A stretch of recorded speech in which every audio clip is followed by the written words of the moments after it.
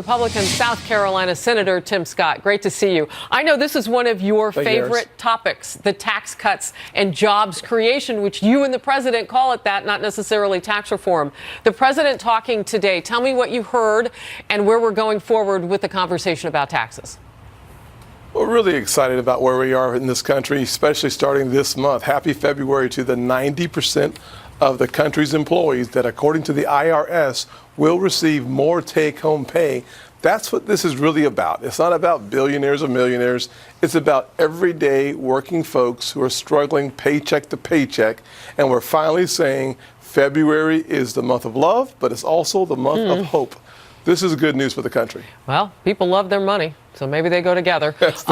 Senator Scott, tucked in this tax bill is something that the president sort of maybe hinted at, because he talked about how people of color, Hispanics and African Americans will see the lowest unemployment right now, and he says recorded ever in history. And I know tucked inside this tax bill is something that really didn't get talked about, but it was your opportunity zones, which target, yes, African Americans and Hispanics, but all people who are struggling in lower income families. How so?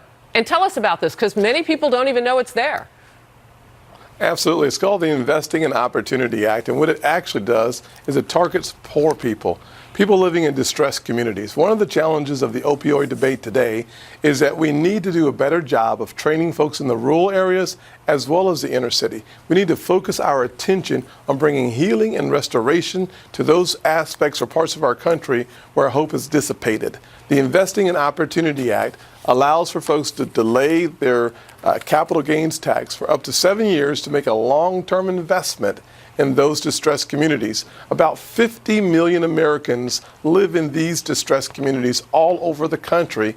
We have a chance, not through a new government program or new bureaucrats, but through private sector infusion of their capital back in these distressed communities, we can see the lives transformed and people breathing new hope because of this legislation. I'm excited about it, and governors all over this country are excited about it because we make the decision-making process local.